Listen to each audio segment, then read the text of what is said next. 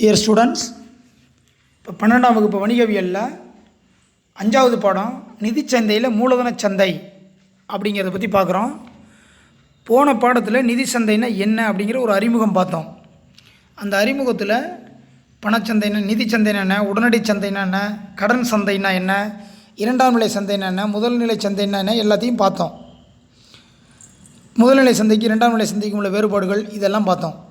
இப்போ அதே நிதி சந்தையில் இரண்டாவது அலகு மூலதன சந்தை அப்படிங்கிறத பார்க்க போகிறோம். ரைட். மூலதன சந்தை அப்படின்னா என்ன, பொருள் என்ன, மூலதன சந்தைன்னா என்ன? மூலதன சந்தை என்பது நிதி பத்திரங்களான பிணையங்கள் மற்றும் பங்குகளின் வர்த்தகத்தில் ஈடுபடும் வாங்குபவர்கள் மற்றும் விற்பவர்கள் கூடும் ஒரு சந்தை. ஒன்றும் இல்லை, நிதி பத்திரங்களான பிணையங்கள், ஃபைனான்ஸுக்கான பிணையங்கள்னால் பத்திரங்கள், டாக்குமெண்ட்ஸ். இந்த டாக்குமெண்ட்ஸை வாங்குறவங்களும் விற்கிறவங்களும் கூடக்கூடிய ஒரு இடம் சந்தை. சந்தைன்னு என்ன, வாங்குறவங்களும் விற்கிறவங்களும் கூடக்கூடிய இடம். ஆனால் மூலதன சந்தைன்னு என்ன, நிதி பத்திரங்கள், அதாவது ஷேர்ஸு, டிபெஞ்சர்ஸ், கடன் பத்திரங்கள், பங்கு பத்திரங்கள், இதெல்லாத்தையும் வாங்குபவர்களும் விற்பவர்களும் கூடக்கூடிய ஒரு இடம் தான் மூலதன சந்தை அப்படின்னு சொல்கிறோம். சரி, ரைட், ஓகே. இப்போ மூலதன சந்தையினுடைய சிறப்பு இயல்புகள் என்ன? நம்ம முன்னாடியே இப்போ பார்த்துட்டோம். பொருள் மற்றும் விளக்கத்தில் பார்த்தோம். மூலதன சந்தைனா பத்திரங்களை வாங்குபவர்களும் விற்பவர்களும் கூடக்கூடிய சந்தை. அதுதான் ஃபஸ்ட் பாயிண்ட். பத்திரங்களுடைய சந்தை. நிதி பத்திரங்களை வாங்குபவர்களும் விற்பவர்களும் கூடக்கூடிய ஒரு இடம் மூலதன சந்தை. ரெண்டாவது விலை. பத்திரங்களோட விலை மூலதன சந்தையில் எவ்வளவு தேவைப்படுகிறது, எவ்வளவு வழங்கப்படுகிறதுங்கிறத பொறுத்து. தேவை மற்றும் அளிப்பு, எக்கனாமிக்ஸில் படிச்சிருப்பீங்க, தேவைன்னு என்ன, அளிப்புன்னு என்னென்னு. அது மாதிரி எவ்வளவு தேவைப்படுகிறதோ எவ்வளவு வழங்கப்படுகிறதோ அதை பொறுத்து பத்திரங்களுடைய விலை மாறுபடும். மூணாவது பங்கேற்பாளர்கள். யார் அதில் பார்ட்டிசிபெண்ட்ஸ்? பங்கேற்பவர்கள் யார்? வாங்குபவர்கள் விற்பவர்கள் தான். வாங்குபவர்கள் யார், விற்பவர்கள் யார்? வாங்குபவர்கள் விற்பவர்களோ தனிநபராக இருக்கலாம், ஒரு நிறுவனமாக இருக்கலாம், கம்பெனியாக இருக்கலாம், பேங்காக இருக்கலாம், கவர்மெண்ட் வங்கியாக இருக்கலாம், அல்லது இதர நிதி நிறுவனங்கள், முத்தூட் ஃபைனான்ஸு, அது மாதிரி மலப்புரம் ஃபைனான்ஸ், இந்த மாதிரி நிதி நிறுவனங்களாக இருக்கலாம்.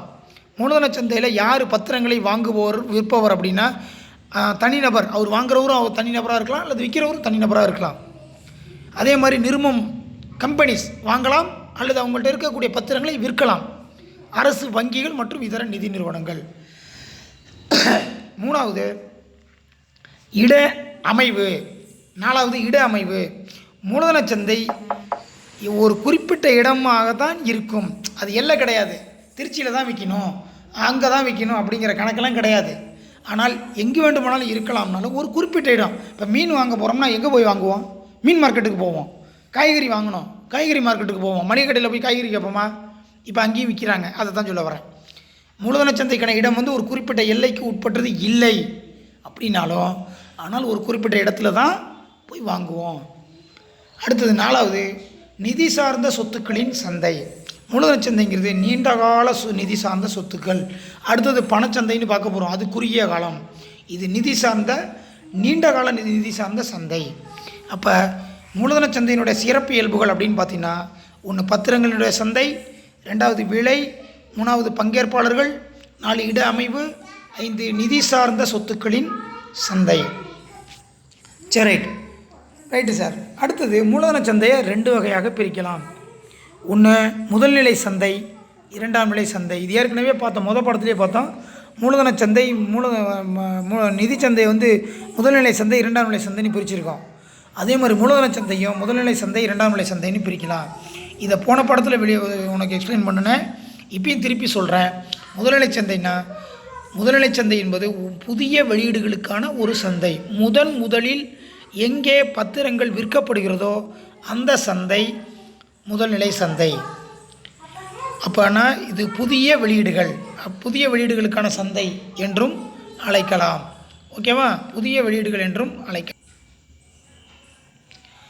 ரெண்டாவது இரண்டாம் நிலை சந்தை அப்படின்னா என்ன? இரண்டாம் நிலை சந்தை அப்படிங்கிறது ஏற்கனவே வெளியீடு செய்யப்பட்ட பத்திரங்களுக்கான சந்தை.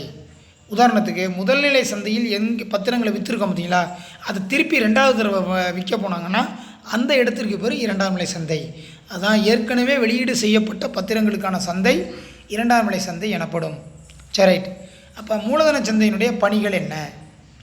ஒன்று சேமிப்பு மற்றும் மூலதன உருவாக்கம், இன்னொன்று நிலையான மூலதனம், மூணாவது தொழில்துறை வளர்ச்சி, நாலாவது உடனடி மற்றும் தொடர்ச்சியான சந்தை, 5 பல்வேறு சேவைகளை வழங்குதல், 6 பின்தங்கிய பகுதிகளை மேம்படுத்துதல், 7 அயல்நாட்டு மூலதனம். இந்த 7 பாயிண்ட்டையும் நல்லா பார்த்துக்கங்க. உங்களுக்கு ஒன்று ஒன்றா எக்ஸ்பிளைன் பண்ணுறேன். அடுத்தது பார்த்திங்கன்னா புதிய நிதி நிறுவனங்கள் என்னென்ன நிறையா இருக்குது. ஃபைனான்ஷியல் இன்ஸ்டிடியூஷன்ஸ் நிறையா இருக்குது. அதில் ஒரு 6 மட்டும் நான் உனக்கு எக்ஸ்பிளைன் பண்ணுறேன். ஒன்று துணிகர நிதி நிறுவனம். துணிகரனா பயங்கர மோசமான அப்படின்லாம் அர்த்தம் கிடையாது. இது சாதாரண நிதியில் ஒரு பகுதி அப்படின்னு அர்த்தம். சரியா? சாதாரண நிதியில் ஒரு பகுதி.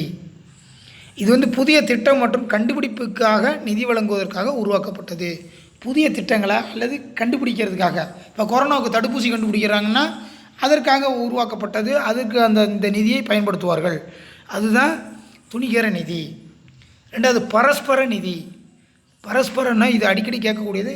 சிறு முதலீட்டாளர்களின் சேமிப்புகளை பெரிய முதலீட்டாளர்களாக மாற்றும் நிதி நிறுவனங்களை பரஸ்பர நிதிங்கிறோம். இந்த யூடிஐ, எல்ஐசி எல்லாம் பார்த்திங்கன்னா சின்னதாக இன்வெஸ்ட் பண்ணுறோம். மாதம் 500 600 போடுறோம். ஒரு வருஷத்துக்கு 500 போட்டோம்னா ஒரு வருஷத்துக்கு 6000, 10 வருஷத்துக்கு அது 60000. அப்போ சின்ன முதலீட்டை முடியும் போது பெரிய முதலீடாக மாற்றுவது, அதுதான் பரஸ்பர நிதி நிறுவனம். இது உதாரணம் எல்ஐசி, யூடிஐ இதெல்லாம் சொல்லலாம். அடுத்தது ஏட்டுக்கடன் தரகு முகமை, ஃபேக்டரிங் இன்ஸ்டிடியூஷன் வாங்க. விற்பனை மூலம் பெற வேண்டிய பெறுதல்களின் அடிப்படையில் நிதி நிறுவனங்கள் செய்யும் நிதி ஏற்பாடு ஏட்டுக்கடன் தரகு முகமை. அடுத்தது அடிக்கடி கேட்கக்கூடியது OTCI, over the counter exchange of India. O over, T the, C counter, E exchange, I of India. Over the counter exchange of India. பங்குகளை இந்தியா முழுவதும் மின்னணு மூலம், எலக்ட்ரானிக் டிவைஸ், எலக்ட்ரானிக் மூலம், இணையம் மூலம் விற்பனை செய்ய நோக்கத்தோடு உருவாக்கப்பட்டது தான் இந்த ஓடிசிஐ. இந்தியா முழுவதும் எலக்ட்ரானிக். முன்னாடியெல்லாம் போய் ஷேர்ஸ் எல்லாம் அங்கே கடையில் போய் தான் வாங்கணும். அந்த ஷேர் விற்கக்கூடிய இடத்துல தான் போய் வாங்கணும். இப்போ அது தேவையில்லை. இப்போலாம் என்ன பண்ணிடுவாங்கன்னா ஓவர் த கவுண்டர், ஆன்லைனில் இணையம் மூலம் வியாபாரம் செய்யும் நோக்கத்தோடு உருவாக்கப்பட்ட நிதி நிறுவனங்களால் உருவாக்கப்பட்டது தான் இந்த ஓடிசிஐ. அடுத்தது NSEI, national stock exchange of India. இது பங்குச்சந்தையினுடைய மாதிரின்னு வச்சுக்க. இப்போ பங்குச்சந்தை இருக்குல்ல, இதனுடைய மாதிரியாக 1992ஆம் ஆண்டு உருவாக்கப்பட்டது. இதனுடைய நோக்கம் மின்னணு பங்குகளை இந்தியா முழுவதும் அமைத்து கொடுப்பது. ஏற்கனவே இருக்கிற ஓடிசிஐ மாதிரியே தான் இந்த என்எஸ்இஐயும். ரைட்டு. அடுத்தது last NSDL, national clearance and depository system. பங்கில்லாத வணிக முறையின் கீழ் பத்திரங்கள், பங்கில்லாத வணிக முறை, அதாவது national clearance and depository scheme. இதெல்லாம் நல்லா பார்த்துக்கங்க. அடுத்த கிளாஸில் இந்த 5வது பாடத்திலேருந்து உங்களுக்கு கொஷின் நடத்துகிறேன். கொஷின் நடத்தி 1 மார்க் 2 மார்க் 3 மார்க்கை நம்ம பார்ப்போம். Okay, good bye.